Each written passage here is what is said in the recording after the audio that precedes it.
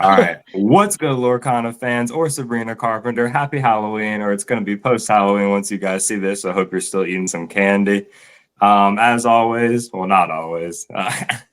Tanya's here as normal. Corey's here. I'm here. And we've got a new addition on the podcast, Top 16, Lucas. Good enough for Top 16, the Hammer. How you doing, man? Oh my Good, gosh, man. my Good. hammer. Doing great after that. All right. Well, as we always, I guess let's start with we've got a new announcement. Two new roster updates are happening. One will be saved for later, but the very first one is the addition of Lucas. How are you feeling about this? Dude, great. Excited to be on the team. Excited to get to work, man.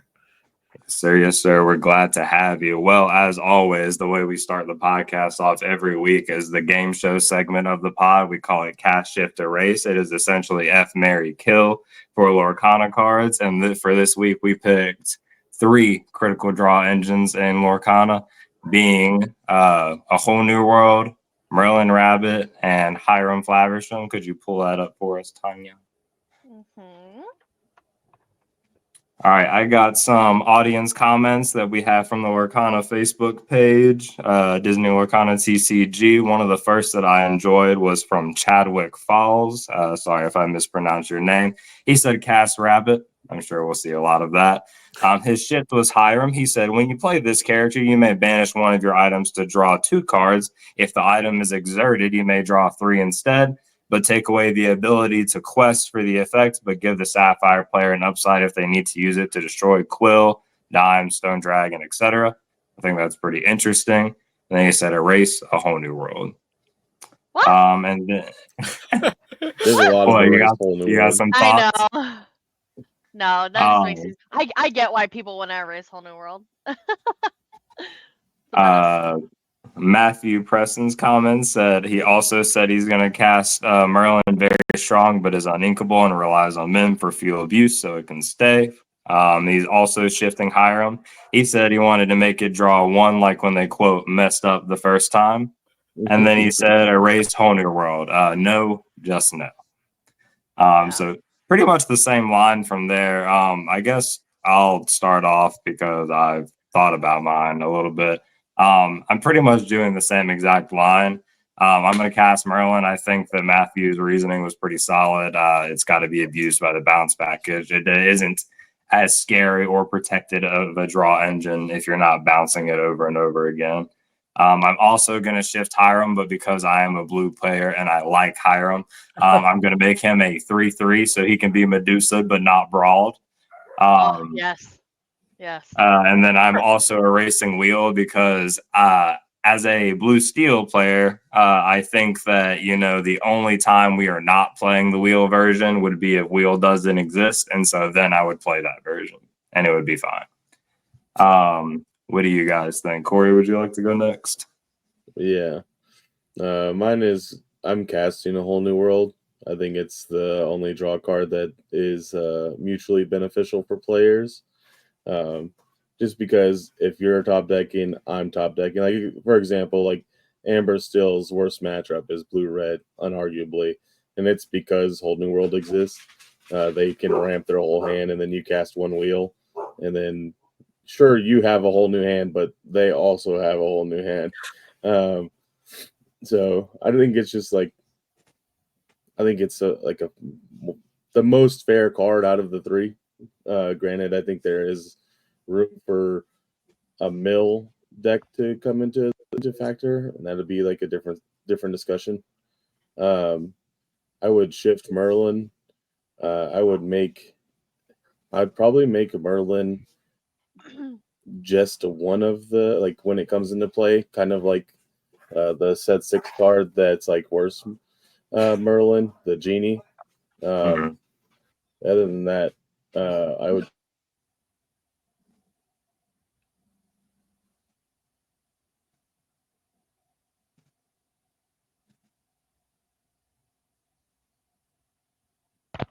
Go ahead, Corey. Did he freeze?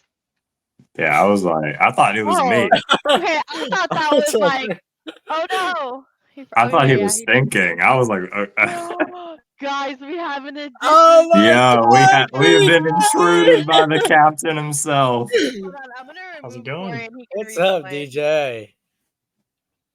Yeah, I can't really wear my headset with all this, but What is let me Don't know. need it. Don't need it. You're gorgeous. Aura. I don't know why Corey. That's so weird. I don't know why I just see Yo, what. look at this outfit though. This is a 10 out of 10. Oh my God. Yeah, give us a little turn. Right. Give us a little turn. Do a spin. Yes. There we go. Oh my. Yes. Oh, that's so good.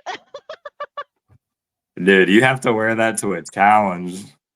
Dude, for sure. People I would mean, be I got taking it, bro. pictures with you like crazy. LCQs are real. perfect for that event, for that outfit right there. I will Yes, have dude. to wear it or Imagine play a him hook shuffling deck. his deck with his hook. Holding your hand with the hook. Yeah. Yeah, it's been hard giving out candy with having the bowl like this. Oh, Corey's back. Okay. He's Excellent. alive. You back? You want to finish your thought, Corey? You died out once you finished talking about Rabbit. Oh yeah, just get rid of Hiram. I think blue doesn't need it. I think it needs to find the other ways to draw, and that's Chicha, play inferior cards, so your deck's not as good. Thank you. Okay. I mean, maybe for blue red. Yeah, I was gonna say. Well, I mean, Tanya, blue still whales free, so we're not worried about that. That's Tanya, true. what do you want to do? Honestly, like, I have no feelings towards this because I want all of them to stay. I don't. That's wanna what some change any people of in the them. Facebook thing said, and I was like, "That's not the rules. You got to pick." I know. I think if I had to pick, I'd probably.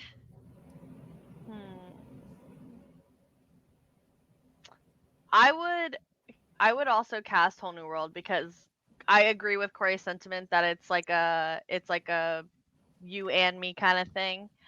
Hiram is draw. just I know. We're gonna draw together. We love communist cards, all right? I think that I wouldn't erase Rab. I just don't know because Gotta like the other erase one two of are- them. Yeah, you got to erase one. If you erase Hiram, I'm exiling you from the Blue Players Society. yeah, that would be I'm pretty much erasing Rabbit because Okay. for the simple fact that purple has so many other draw cards. Like valid. in my opinion, purple does have so many other draw cards, and I'll probably shift Haversham and make him like. I was thinking you said 3/3. I want him to at least be a 3/4. Like I don't want him to die to Smash, but I don't want him to get brawled. I think him being Medusa is perfectly fine. If you want to waste an ice block to brawl my Hiram, that's great. But like him being a 1/6 is just like you put him on the board, and if it's your turn 3 and then now it's their turn, you pass turn, they just brawl it and it's gone. Like so you When have to, Hiram was think about like, having another one. when he was like first released, he was like almost for sure sticking. Now he's like Yeah. almost for sure dead. Yeah, he's gone after like a turn maybe, unless like you just don't have the answer, and then if you don't have the answer, then you're screwed. Lucas, you want to go next? Yeah, so I kind of like where Tanya went. I would leave Whole New World. Whole New World's fine. Resetting both players into an open game state seems real nice. Definitely changing Hiram. I would shift the stat line. I would probably go more of like a 2-5, maybe 2-4. 3 still seems like Iceblock's just so free, so Iceblock Brawl is fine. Definitely getting rid of the Rabbit though. Rabbit for sure is gone. It's just an always Some 2 purple cards. haters in here. Let's go. Dude, literally play it, draw, I kill it, draw another. I'm up 2 cards now. It's terrible. Oh, I have an additional. Oh, go ahead. The 1/6 stat line for Hiram, it just dies to everything. There's small Sisu, big Sisu, brawl, anything kills it. So it's If you're like playing red. That's why I said give it like a higher attack yeah, so that it can live through brawl, but like lower its defense. So it's like I can Zeus. strength it without having to spam Yeah. every single one of my 1-drop characters out, and then they die to a prep next turn or some shit, you know. Along with my 3/3 stat line, I also want to add the additional caveat of making Hiram a steel card so blue-red players can't play it. Oh my god. Oh my gosh. Ooh, I like it. Yeah, only me. Only me. Captain Hook, what are your thoughts on this cast shifter race? Yeah, no surprise. I want to cast Whole New World. The premise of my main deck.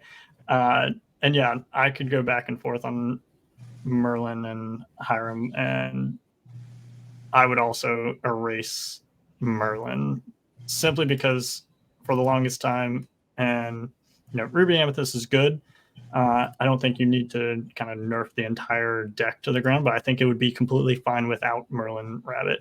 And it would also kind of break up the band of the bounce package, which would open up, you break up that band just a little bit to where you're not required to have, Merlin Rabbit, Fox, Snake, and all those cards that take up so many deck slots that really build out all of Purple's identity, really.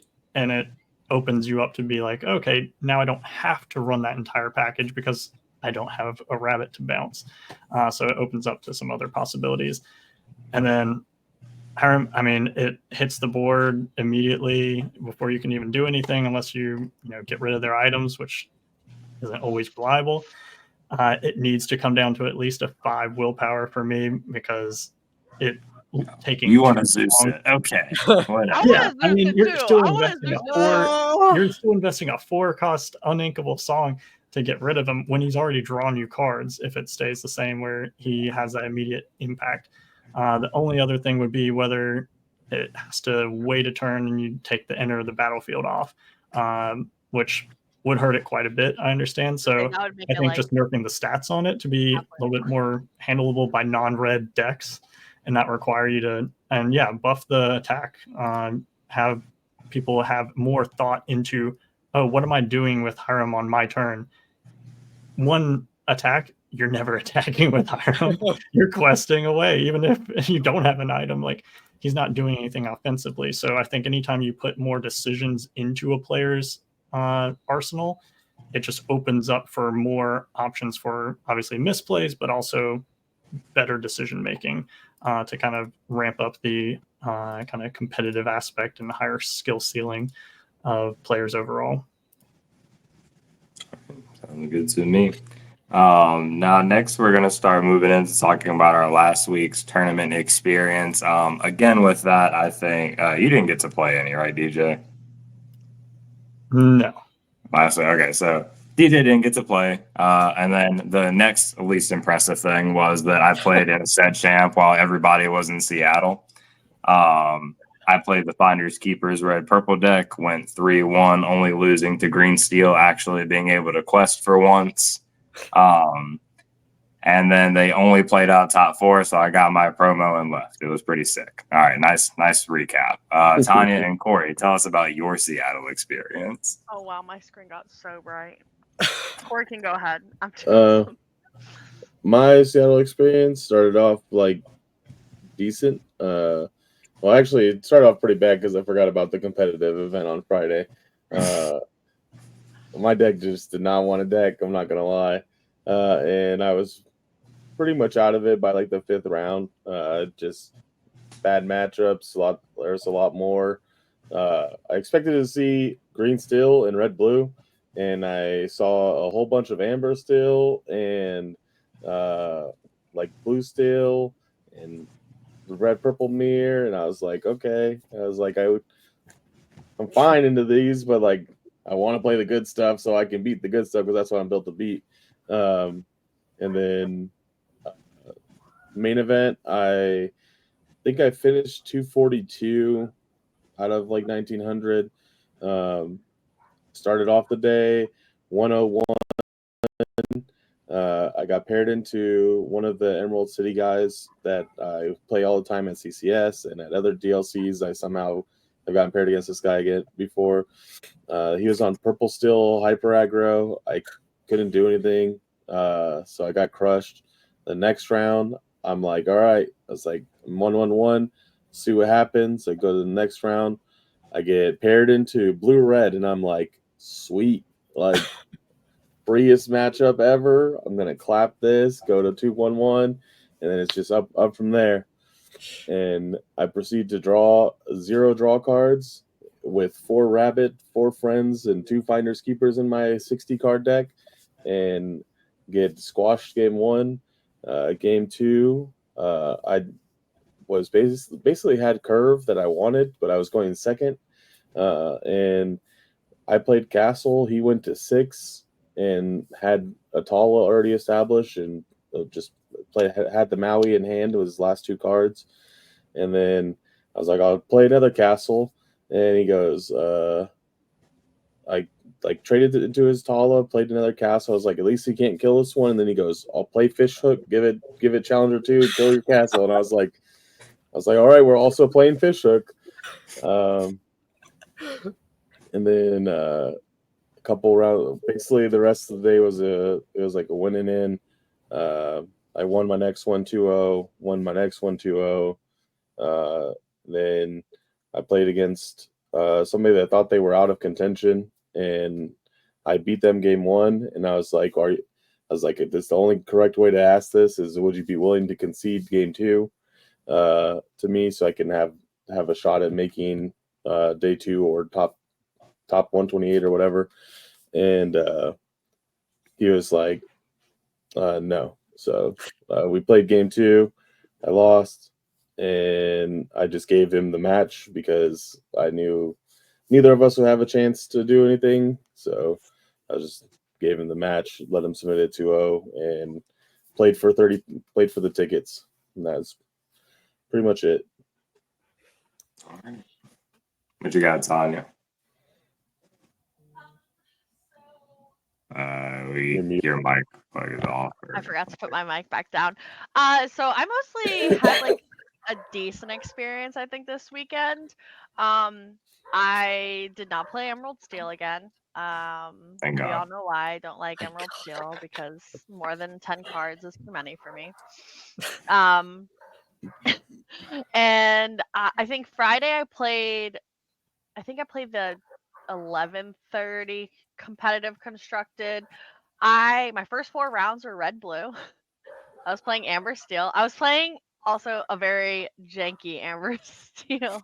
Shout out to Zach Vivens, because he hated that I was playing 4 blues. But I played 4 red blue, and I won 1 to all except for 1 I 2-0'd.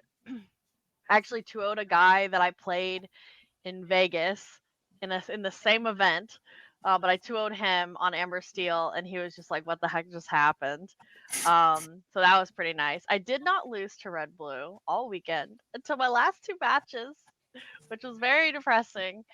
Didn't even lose to Lucas when we played our For Funsies game. So I'm just saying. We drew. In the main event, I started the day 2-0. I 2-0'd both my first 2 opponents, and then I played against, right before lunch, I played the Mirror, and I was so down on myself, and Metz and Corey walked up like behind the guy, and they like looked at his hand, and after the game they were like, literally there was nothing you could do.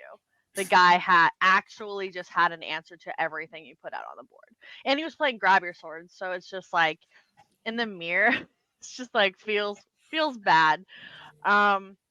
And then my other 2-0 of the day was against Green Steel, and it was against or my second 2-0 of the day was against Bannable with Labyrinth. He was playing Green Steel, and I would have beat him, and we would have split game 2, but he top decked a freaking Bruno to bounce my Chen Pao back and discard it, and then was just able to like wipe all my small stuff. Otherwise, like I would have been able to like quest hopefully for game, and that was kind of sad.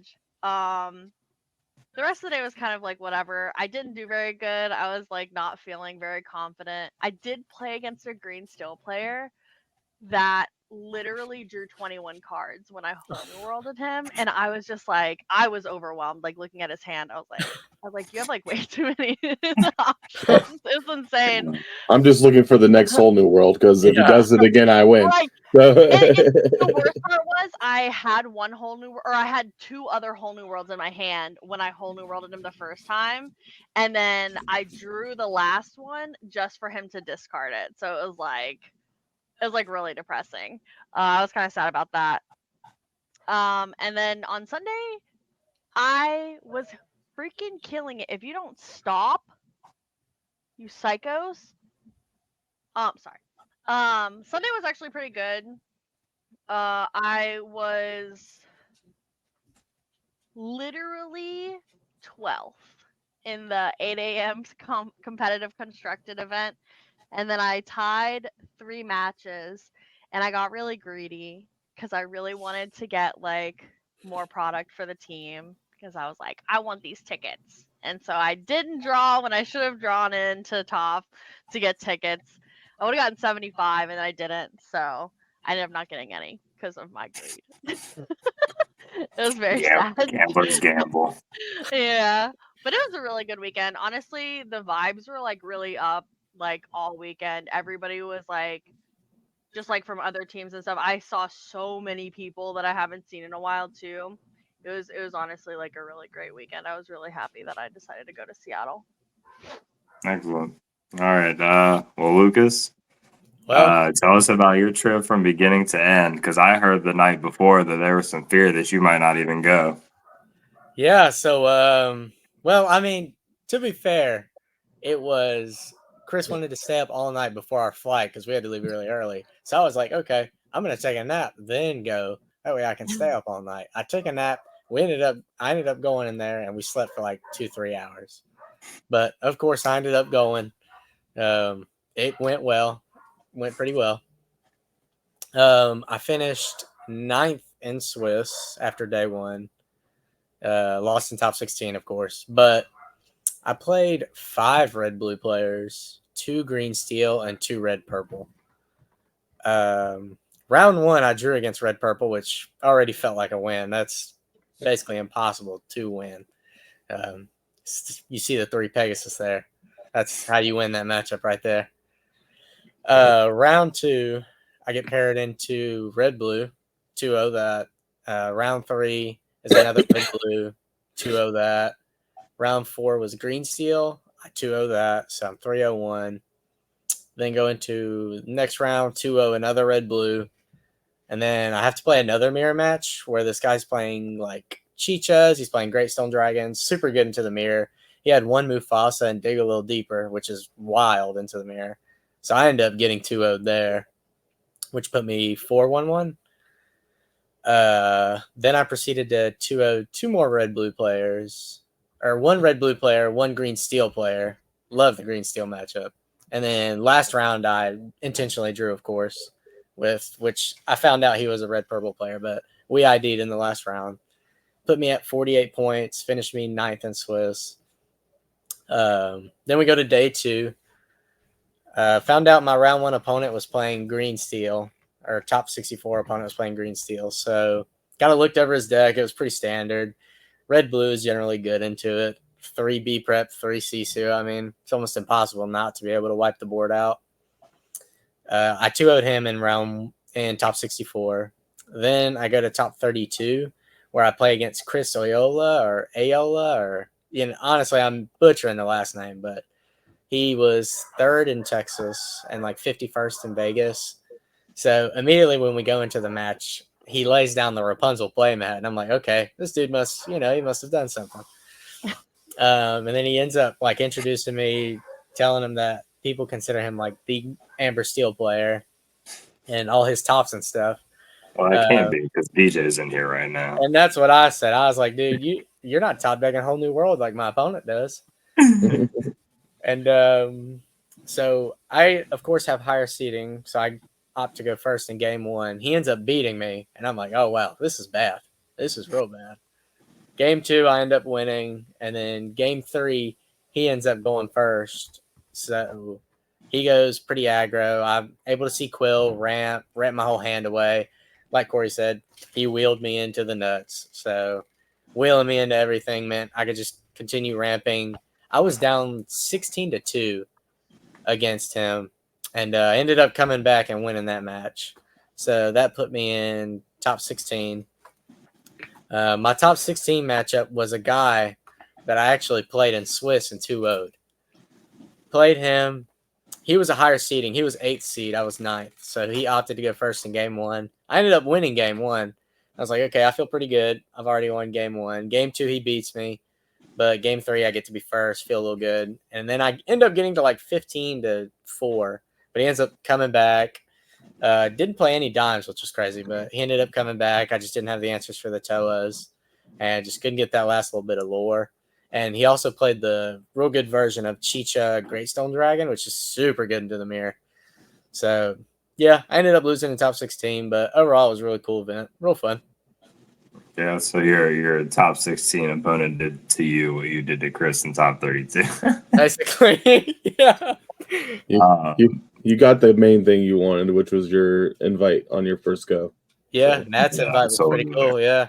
That was mega impressive. Last DLC, first DLC for you, Nationals invite. We're going. Super excited for that. Do you want to walk us through your deck list, some of the choices you make and ratios, and just talk about it a little bit? Absolutely. So I opted to play 65 cards. Luca. I feel like with red blue, it's okay to play a bigger deck just because there's so many ways to dig through the deck. I feel like it's impossible for you to be able to say you did not see what you needed in that game. So we start with 3 Pegasus. That was okay. It was not as good as it was, or I thought it was going to be in day 1. Day 2, I ended up playing it more than on day 1 just because it was 1 lore, basically. It was really there for the Flins on turn 2. It was just a 3 body that could help because Tipo into Flavor Sham just feels awful, giving them 6. Then he ended up being pretty good for killing Diablos because Diablo at Cove, obviously being a 3/3, it's just nice to hit him. 4 Tipo seems pretty standard nowadays. Got a ramp on turn 2 if you want to win. 4 Tala. I feel like 4 Tala was perfect. It's good into Green Steel because if you are playing against Green Steel and they have a Diablo set up, Flavor Sham just feels terrible. So going into Tala, how far I'll go, just digs 2. They don't get anything off of it. 4 Flavor Sham, best card in the deck. Just the draw engine. Got to play 4 of it. I opted to play 3 Maui. I figured I would probably be playing a lot of mirror matches. So the red-purple was like, if I see it, I have the Cusco's hideaways for it. 3 Medusa. Medusa's good at just killing everything. Kills a rabbit. Your opponent's Flavor Sham. Diablo at Cove. A lot of things it hits, and you play 3 ice blocks, so it's pretty good. 1 Cusco, obviously there for the castle. Just another way to out castle. I saw that people were playing Manor as well, so another good thing to take out of McDuck Manor. 1 Scar. Scar was like a huge debate. I was afraid of hyper aggro, so just ramping into Scar was nice, but he ended up being real good into Green Steel. Just because once they just turn everything sideways trying to catch up, you just swing into everything. Icebox makes things weaker. 3 Big Sisu. I was on 4, but 4 just felt so breaky, I guess, and the condition to meet is kind of tough in certain matchups, and then it just becomes a dead card. It's just 3 lore, so went down from 4 to 3. 4 Toa, just the win con of the deck. Toa plus dime. Got to play 4 of it. I opted to play 3 Dragon. Playing 4, sometimes you see it too early, and it just becomes ink at that point. So 3, it's really there just for killing your opponent's Toas most of the time. 2 Develop, a 1 drop that sees 2 cards is crazy. It's another way to dig for the Be Prepared the Dragon and be able to play it in the same turn for 1, just free. 1 Hideaway, same reason for the Cusco's, just takes out Castle for the most part. McDuck Manors if they are there. Real good for the opponent's dimes, items. 2 1 jump.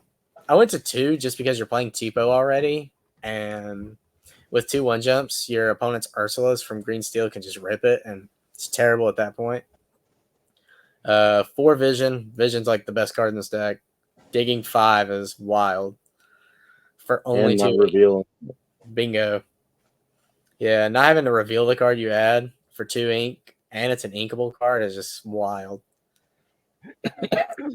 4 Brawl. Brawl is super good into any matchup, I feel like. I don't see how Brawl is really a dead card in any matchup, especially when you play Ice Block. Diablos, Aerials, Flavor Shams, Chichas, Rabbits. It just hits everything. 2 How Far I'll Go. Pretty good. Tala can sing it. Flavor Sham, if you don't see an item somehow, sings it as well. Ramp, add a card to hand. Pretty good. 3, be prepared. Still, to me, the board wipe you have to play. Better than Big Sisu. No condition you have to meet. Pete does exist, but again, I mean, if they want to play back-to-back Pete's every single turn like that, you're fine. But yeah, 3, be prepared is just such a good card. Kills everything. Good for Toas if you don't see dragons either. The 2 Vitalispheres, 1-drop item, of course, for Flavor Sham, but real good for Maui's, Toas. It allows Toa to swing into a castle, take it out. Sisu swing into a castle, take it out. Maui, take it out. Scar, just a lot of ways. It also helps with killing your opponent's Toa as well, so pretty good. 3, Ice Block. Ice Block really is a dumb card. Paired with like Brawl, Medusa, Big Sisu, I mean, you can kill about anything in the format. I had a opponent triple Ice Block my Toa and then Brawl it, which was pretty evil. Yeah. Brawling a Toa was like unheard of.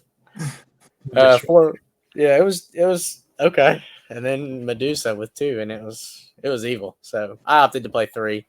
Again, you can brawl your opponent's Sisu's Toas. It's super funny. 4, Popsicle, it's best 1-drop. Draw a card on play. Heal for nothing. Just to Toa, add it back, replay it, draw a card. 3, Quill. I found Quill into the green steel mirror. The green steel match is pretty bad. Just ramping your hand away for them to discard it. Now I'm on top deck with 8 ink, sure. So it just became ink most of the time, but into the mirror, it's pretty good. Into red purple, it's real nice. And then, of course, 2 dime. I've seen Liz play no dime, which, I mean, it seems to work, but I feel like I got to play dime at least. It's good into every deck. Helps your opponent, helps you win the game. Toa Quest, dime, copy it. That's how you win. Absolutely. Oh, awesome job, man. Do you have any like final thoughts on Seattle now that it's over?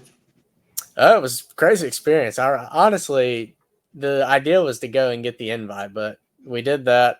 I was amazed. After I got 2-0'd in round 5, I was like, oh, man, this is tough. This is bad. But then the next 2 2-0s and then drawing, was able to get higher seeding than I thought I was. So I was pretty impressed. I got 9th. And then after I lost the top 16, I finished in 12th, which felt pretty good for first DLC. So super cool. Great hanging out with you guys. It was awesome. Yeah. Absolutely. All right. Thank you. Tanya, if you want to pull up any of the other deck lists we're going to talk about, you can pick. Dealer's choice. Dealer's choice. Let's see. We'll do this one last. Oh, I think it is burnt popcorn. Oh my god. Hold on, my computer's freaking out. Our internet cannot handle me and Corey both being online. It is struggling so bad. Yes. This is it. God Jonathan bless. This one was something else. All right. So this one was crazy. Luca played this Sunday. How did you do with it? Yeah. I'll quote him. I'm pretty sure he said, "This deck's insane. I'm committing war crimes, but I can't beat steel." Okay. Okay. I can absolutely see that. Yeah, that's fair. When I saw this Saturday night, I literally lost it. I was like, there's absolutely like, you know how many times we've like it's been since set 2, I think, maybe 3, where we were like, maybe like a more aggro red purple is like playable if we just do this, that, and the other. We considered like 1/1 quest in Pinocchio and like bounce replay, like things like that. And now you just got super, like all the cards that Luca hates, like super goof and like gathering knowledge is crazy. Flynn, I've always the uninkable Flynn I've always thought was really good because he's always trading well. He's always forcing your game state up. A Pirate's Life is a crazy addition. I remember the very first time Guy did that to me, and I was like, what? I was like, what? Like, let me read that. No way it does that. But that was crazy. The Peter Pan, I'm always a big fan of, especially in green purple. But I guess you don't need it as much now. He's like Sings Friends, and at worst case, he's a copy of Library. What friends? I'm just or not library, spell book. Here's a spell book. But yeah, what are your guys' thoughts on this list? I was genuinely flabbergasted when I saw that it's topped. I also tried this out yesterday. I think it has legs. Obviously, it's definitely a different take on like hyper aggro, because obviously there's like heavier control aspects to it. Like if you ever get to prep, you feel pretty good. Amethyst Chromacon into like triple gathering knowledge is good.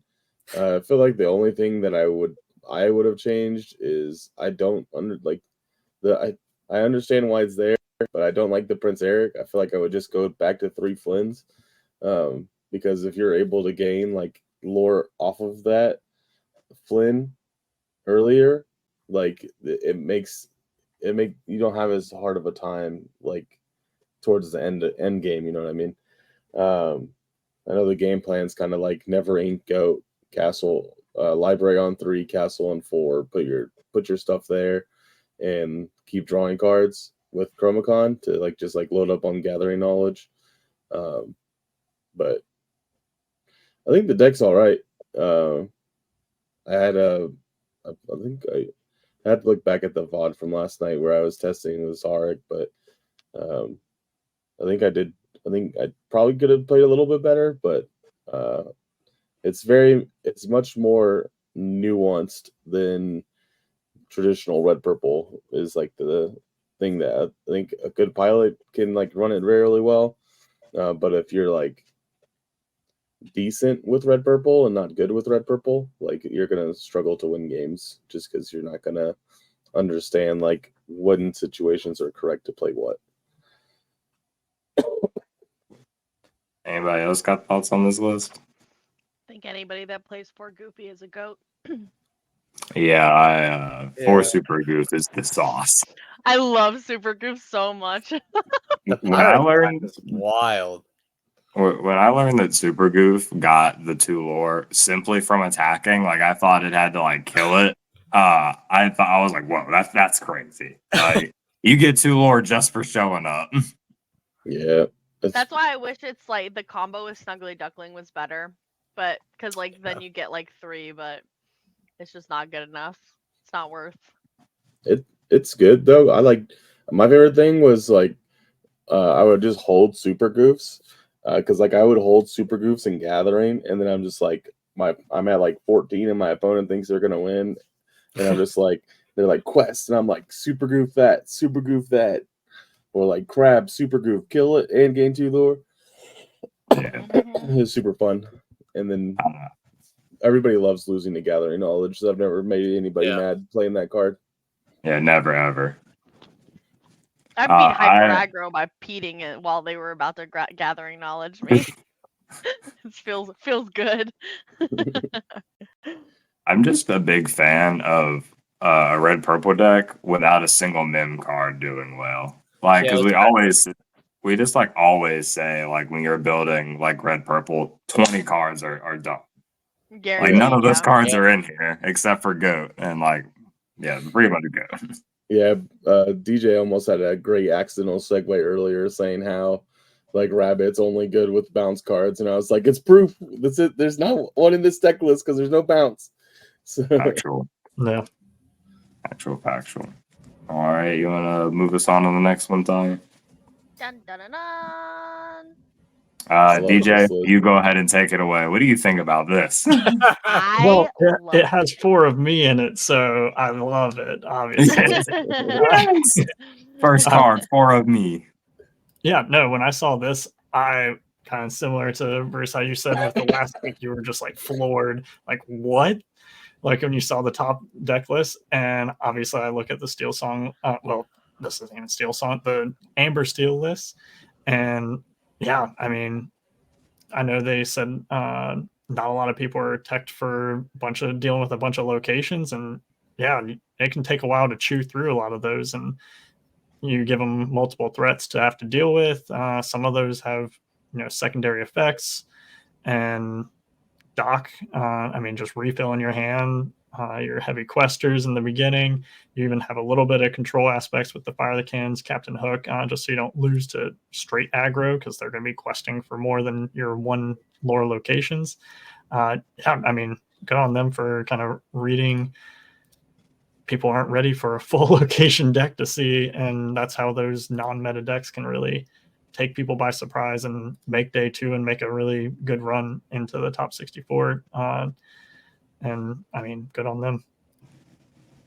I want to know how much lore this guy gained just off of his locations for the entire. He should have tournament. kept it. He should have kept track. I want to know. Like, obviously Daisy's like giving him a lot. Daisy and Smee probably gave him quite a bit, but like a chunk of that, and the John Silver. Honestly, I'd never played against that John Silver until a locals or Red something. Steel?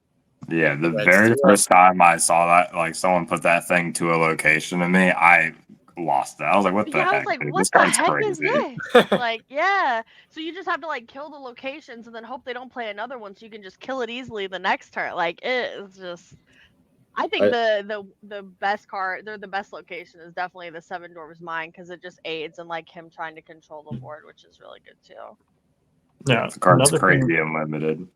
Another thing with this is if they anticipate, especially after Zan's win with Green Steel, most of Green Steel is a lot of ping damage and double singing, Right, yeah. little small songs, and you have two locations out. John Silver's immune to most of their removal, and they got what, one attack, two power characters at most, usually three if you got even Cove at the out. Cove, like you're Yeah. swinging everything into their locations. Yeah, and like John Silver's just eating stuff or questing away, depending I'm on the questing game with state. that thing. Shit, Yeah. it gains one resist and one lore for every location. Shit. I think I the wanna only thing for know- me. Oh, go ahead, Bruce. Here, I just want to know what his total willpower, like, what was the max amount of willpower he had on the field at Yeah. one point this weekend? With Like, John just with just John like Silver. absolutely like tens of tens, like not teens, tens. Like he definitely cracked 20 at some point. Yeah. It's I think for crazy. me, though, the most surprising thing about this list is that there's no Rapunzel's Tower. Oh I my just feel God. like if he played a Rapunzel's Tower, like your Daisy is just like going plus infinite unless like they have a brawl. Like you're only like their only out is have a red card, because like a 1/7 Daisy and then like Fix It Felix is giving it plus your Rapunzel's Tower +2, so it's like a 10 health location. It's like Yeah. it's I like think that seems kind of maybe crazy the to me. reason why he didn't do that though, because I think he mostly just focused on locations that only gave like lore. Because I was thinking the same thing. I was like, I feel like you'd want to like buff the defense of some of these characters, but like realistically, like if your goal is essentially go fast turn sideways with everything you have, and then just gain lore at the start of your turn with all your locations, then I'm not playing Rapunzel's Tower in that situation. Yeah, This which deck makes seems sense. to, in a lot of Yeah. ways, be playing like an extreme version of what kind of I know Zach Bivens kind of started. I forget what set or what DLC that was, where he played Pride Lands, because having a diversity of threats of how to gain lore, because at a certain point there are some decks like red blue you won't get to play anything to that actually sticks to the board, so you focus on your characters, which are going to kind of draw the aggro from the other player, and then by that time you've played a couple locations that start racking up lore, and then they can't keep up with destroying all your locations every single turn. So that's probably why, to Tanya, you had mentioned, I agree, where if it doesn't give lore, that location's Yeah, it's not worth it. Especially because, like, realistically, we looked at some of these other deck, or like mostly the red blue deck, right? Like, what is it? Besides Maui, purple, red doesn't have anything to get rid of locations. Red blue's only playing one hideaway, maybe two, one Cusco, maybe two, so 4 location removals. That's it. Amber Still's playing what? 4 maybe. Most people are only playing 3 Zeuses. Like that doesn't even deal with most of them. yeah, you're like Doesn't do enough. you're not doing anything to this. Like I think this is a great meta call. Honestly, it's crazy. Like unless you know like what you're dealing with going into it, like you're not winning. What did he end up losing to in top 32? Amber still Mufasa. Oh Yep. my He lost bless. to Lore Gains. So you just got Oh, the like, guy playing aggro. with Cindy's. Alvin. Yeah, Alvin. Yeah, I remember. Yeah. I think I saw that. Alvin's. I think my buddy Moose, his guy he went with. That's wild. This deck's still so. It's just crazy, dude. I like it. I want to play this. Build it. I was gonna say, how much is this deck as far as a budget aspect? Probably Daisy's super like cheap. She's probably Yeah, $52. We'll have to start playing 4 Hideaway, 4 Cusco. That's Fire the plus cannons are worth $0. Wait, Fire the Dude, cannons is back to free. this. Somebody will give them to you. Literally, Daisy's the most expensive card in the deck. That's crazy. $52. Doc is It's creeping up there. also, like- Doc is creeping up there. This is also, you have to remember, this is also like not foil. Yeah, but that's fine. Like this guy could have Yeah. topped DLC with a $50 deck. I mean, he Yeah. did top. So He could have evil. gotten his invite with it. Almost Yeah. did. Top. Alrighty, you want to talk about the next list? Alright, it's our Exo Curse guy. Okay. Kendall. So this is the guy that played Kendall's list, right? Even though and then Kendall got like knocked out of top 64 or whatever. Mhm. No, this is Kendall's This list. is Kendall's list. No, this This is Yeah, is but Kendall's no, list. the same guy like made top 8, like who stayed Oh, with yeah, him, like played the same 60. Gotcha. Yeah. So, because this is pretty similar to what I played this weekend. Finders Keepers felt like really good. What I found that's like very weird with Lorcana, is that like I guess because everyone just assumes that aggro is the wave at the beginning of every set. Like it always feels like the game is super, super fast at the beginning of a set. And then we like slow down as like people start moving back to like the control decks and such. And so a card like Finders Keepers, I thought that we would like just never have time to play, is like completely fine to play on 5 and like do nothing for a turn basically, which is absolutely crazy. Picking up 3 cards off the top of your deck and be like, "Here go." It's so demonizing because you know you're gonna go like 5 Finders Keepers, 6 kill spell or draw spell, 7 B prep, and now you have like 8 cards in hand. It's like it feels very disgusting. And when you're like, "Oh, I have no B prep, Finders Keepers. Now I have B prep, sick." It was absolutely like menacing. And then like if your opponent ever like at this point it would become a win more card, but whenever your opponent like has or in a position where they're like basically passing, like it feels like you're putting your foot on their neck. You're like, "I'll just draw 3." It was it feels really good. I liked it quite a bit this weekend. I know that several of us played red purple, but the only one that did is Corey that's in the pod. So how did you feel about Finders Keepers this weekend? Card's crazy, dude. I'm not gonna lie, the card's so good. Every time, like the couple of games I did play against Green Steel, it's like if you resolve this card, you win. Like in the mirror, it's always been about who draws more cards. So it's just another one of those cards where if you see it in the mirror, you're winning.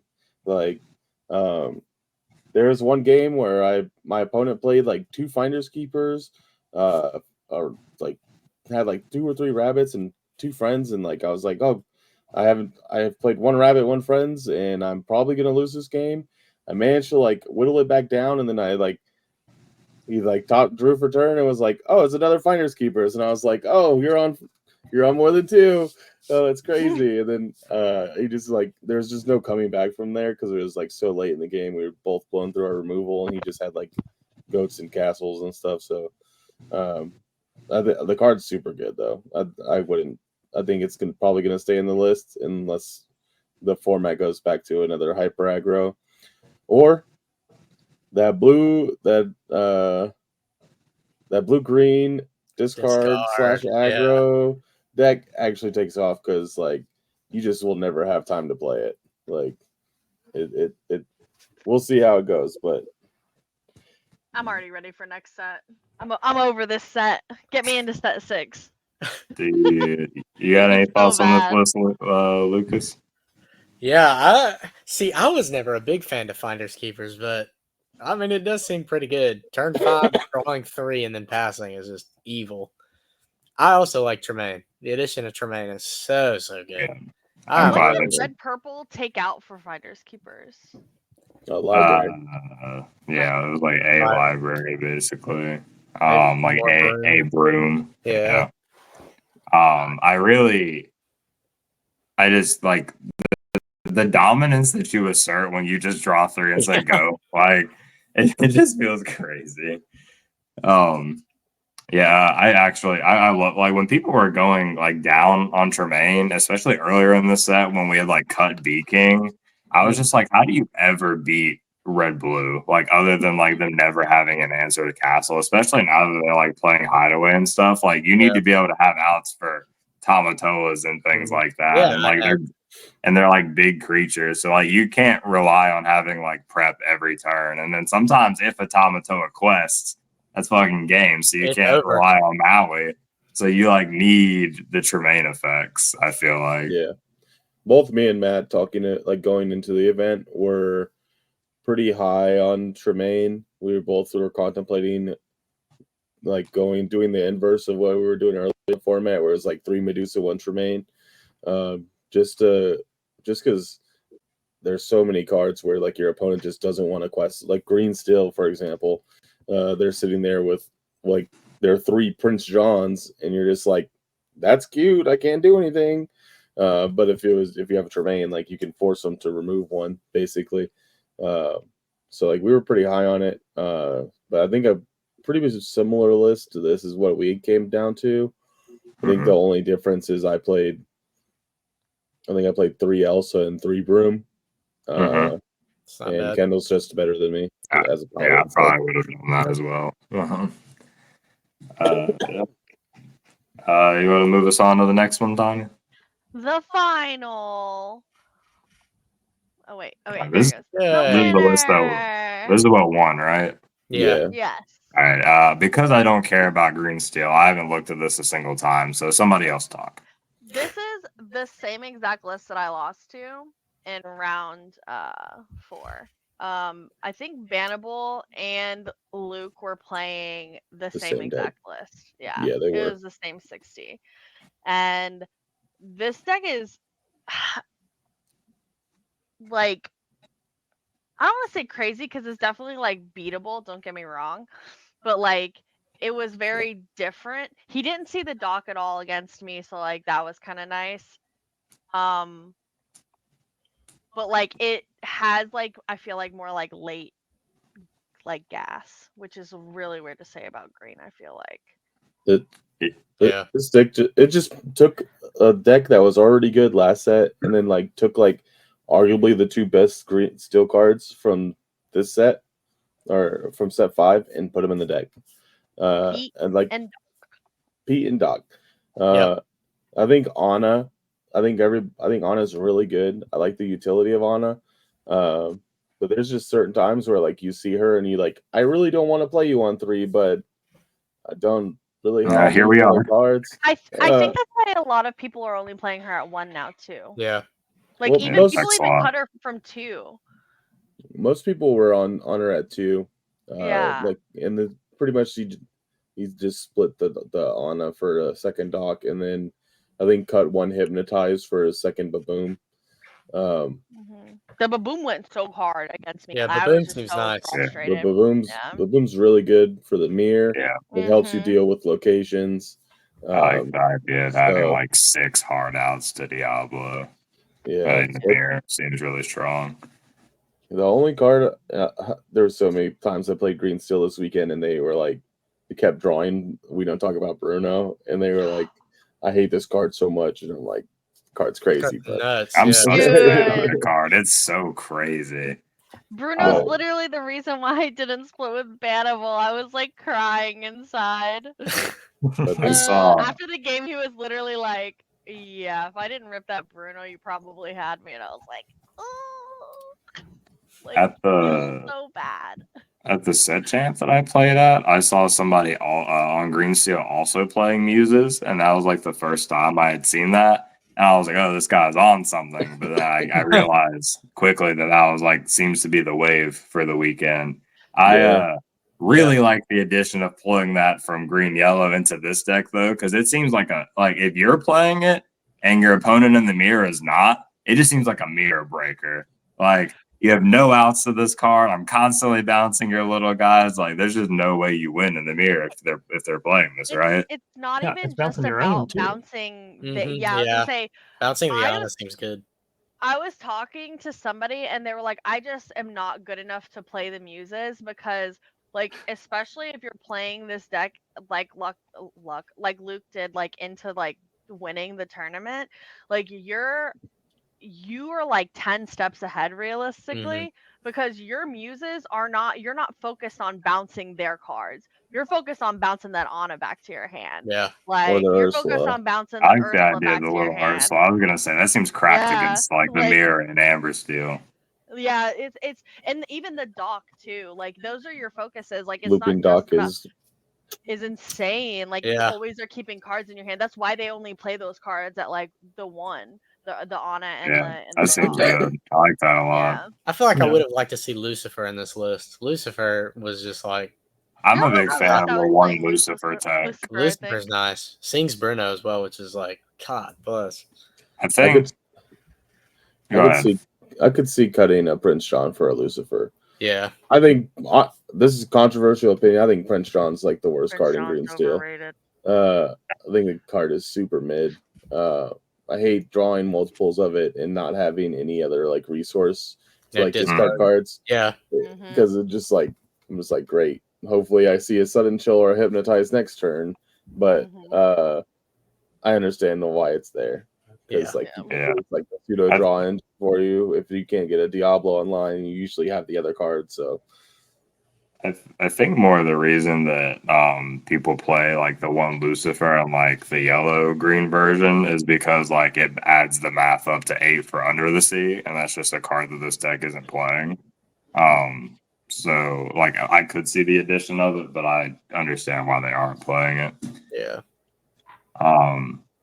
This deck seems really solid though. I like this is a better teched version of Green Steel. Like someone like put like extensive effort into testing these cards and like these ratios, and I really like it. Obviously, Cheyenne won, so like that's shined out. So congrats to him.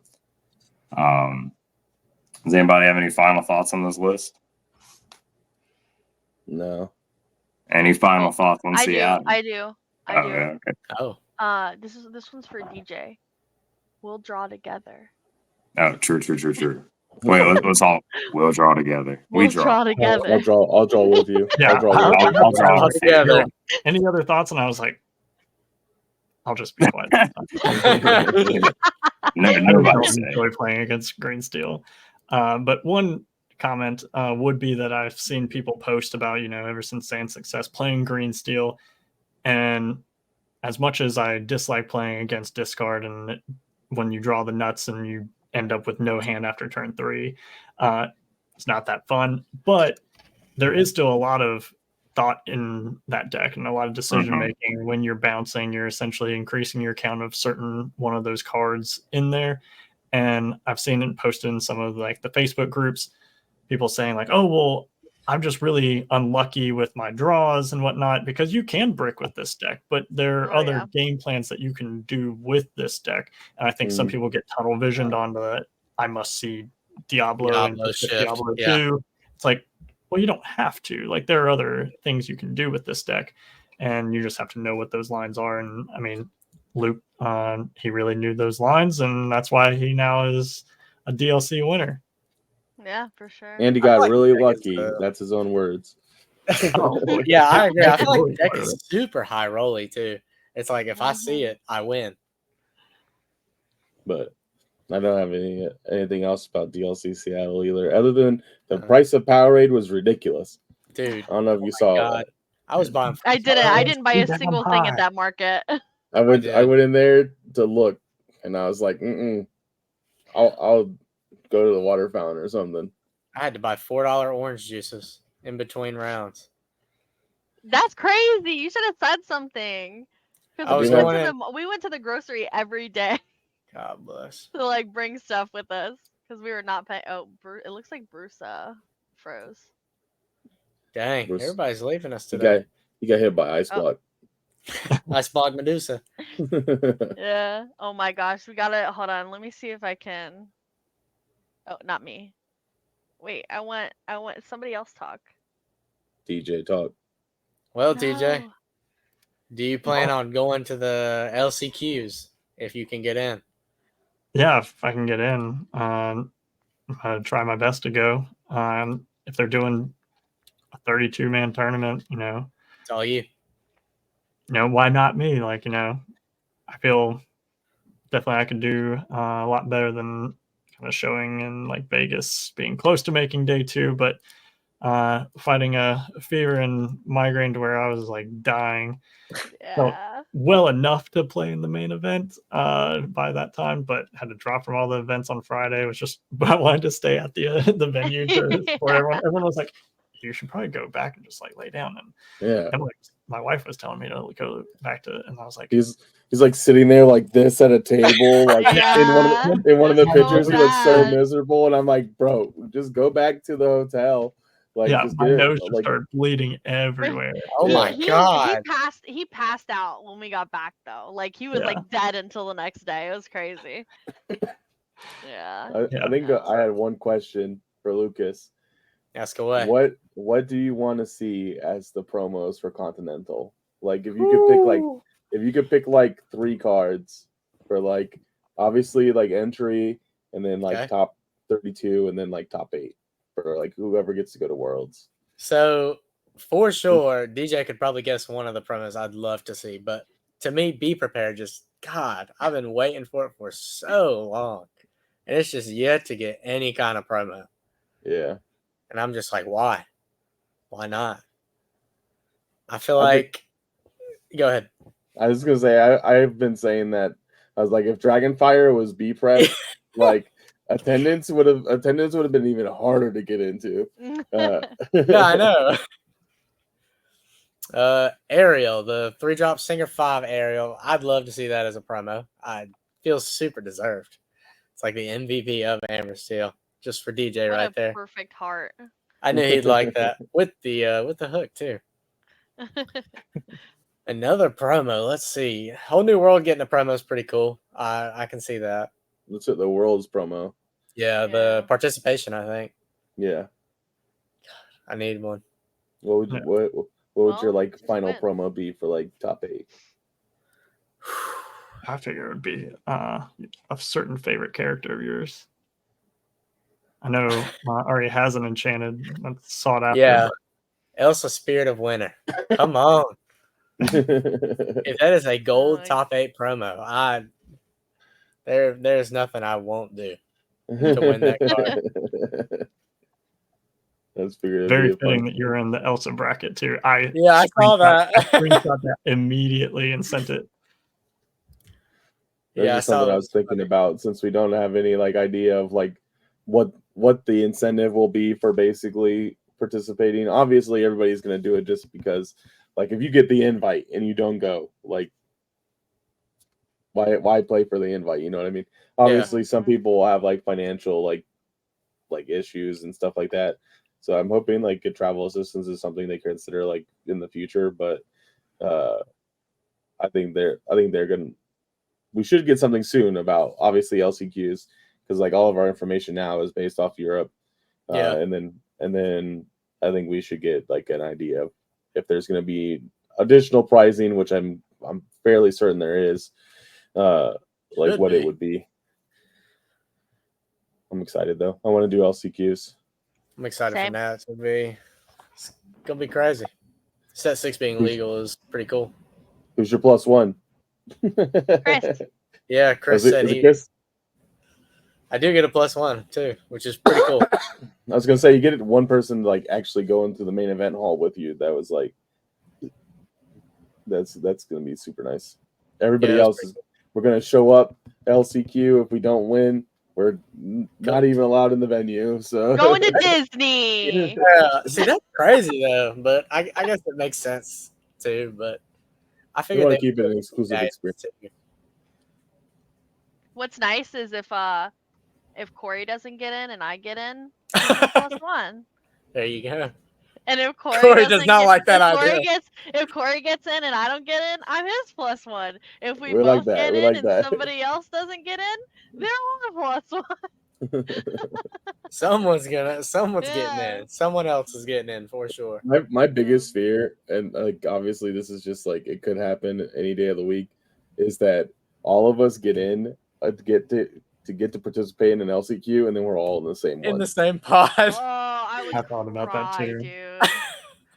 And I be like, hate all right, we gotta pick who's gonna get in, like, and Like, who has the highest chance of doing well? yeah, basically, Getting It's into like a we're- pod seems crazy though, how they're doing it. Yeah. yeah. We'll see. We'll see once we get some final announcements. Looking forward to set 6. Looking forward to testing blue red. Absolutely. I think blue red's going to be insane. I think a lot of people are hype on blue green. Yeah, I for saw next that. red because of the discard ramp, and I'm just like, you still just lose to blue red, right? Like, Yeah, absolutely. It's what the deck's already lost to. so we'll Getting see. him now. DJ pushing his hair out of his face with this hook, bro. It is like killing me. Wow, this is impressive.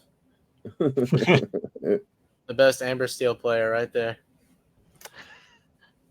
Dressed up as captain, dressed up as a pirate. There you go. It makes the most sense. I got Foreshadowing for his next set. Steel Song again. Did you guys Dude, see Baloo this? is crazy. Did you guys DJ. see this? I did. Yeah, That is posted it. pretty cool. Oh, bro. yeah. Art is so pretty. DJ, I'm you going got to back be to on Baloo. 4 Baloo, man. 4 Baloo is the play. Or Baloo. Baloo is so good. Tanya like harassed Bivens for like 2 rounds after he lost one. He was like, I was stuck at like 18 lore and I just couldn't get there. She was like, if you just played a Baloo, and he was like, you're right, I guess. And then it was funny because the deck that was in the finals was on Baloo, so she was like, see, I told you. Dude, Baloo's the play. Chris kept wheeling because he was at 16-2, and he just kept wheeling just to dig for Baloos against me. That's the only reason he wheeled. I joke- It's good as like it's definitely better as a 2 of, not a 4. Having it as a 4 is so bad. But a 2 of is good just to get that extra 4 lore you need when you get to 16 and then you just putter out. I joked with Tanya that she should play like the 4 Baloo and play the 6 cost song that lets you add all the characters back with the same name. So you can like Blast from you the like past. Naveen, Yeah. you Naveen play that, grab back your Baloos, and then like the next turn you just play like double Baloo. And I was like, what are they gonna do? Like That's so messed up. So many uninkables for that. I know it's so many uninkables. It's crazy. gotta be willing. everything else besides Daisy's inkable. There you go. Besides Daisy. Blast from the past is an inkable. Yeah, that's what I'm saying. Like the Baloos, the Naveens, the Daisies, and the Blast from the Past. Like those are your uninkables. Everything else you got to make inkable. Oh yeah, God, yeah. Sure. Let me Sounds just like a get good right deck. on that. That's a But anti-meta. I'm going back to play Rise of the Titans. Oh my god. Yeah, seems about right. I'm going back to McDuck Manor for sure. Dude, McDuck Manor is crazy. That card is crazy. I love that card.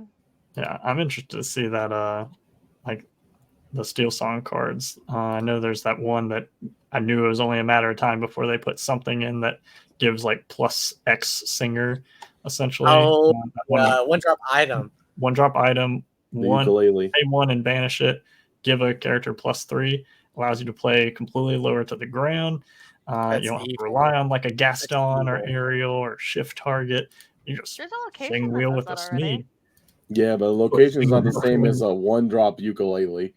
That's Because true. you can literally Cindy sing a whole new world. Oh, new. Oh my Bro, you know God. how many times over the weekend I was like, man, I wish this Cindy could sing. Or like my Ursula or something. I was just like, because I'd get those out on the field and then like I wouldn't be able to do anything. It's gonna. I think that item because it has that potential to be really good. Also, I think Uh-huh. Amber Ruby location deck is very real. I saw somebody playing it earlier, Jim Hawkins. and Amber they didn't even have Ruby? Jim Hawkins in their deck. Oh. They were playing like Tuk Oh, Tuk, with the other Moana? locations. Oh, the Tuk is crazy. And like the translation we've been like going off of and like our discussions about it is wrong. For You what? don't banish the location that it came from, you banish itself.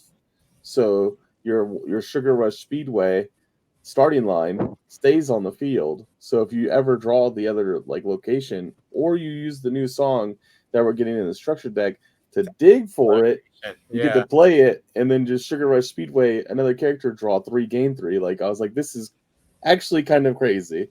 The action is so good. Oh my Yeah. god.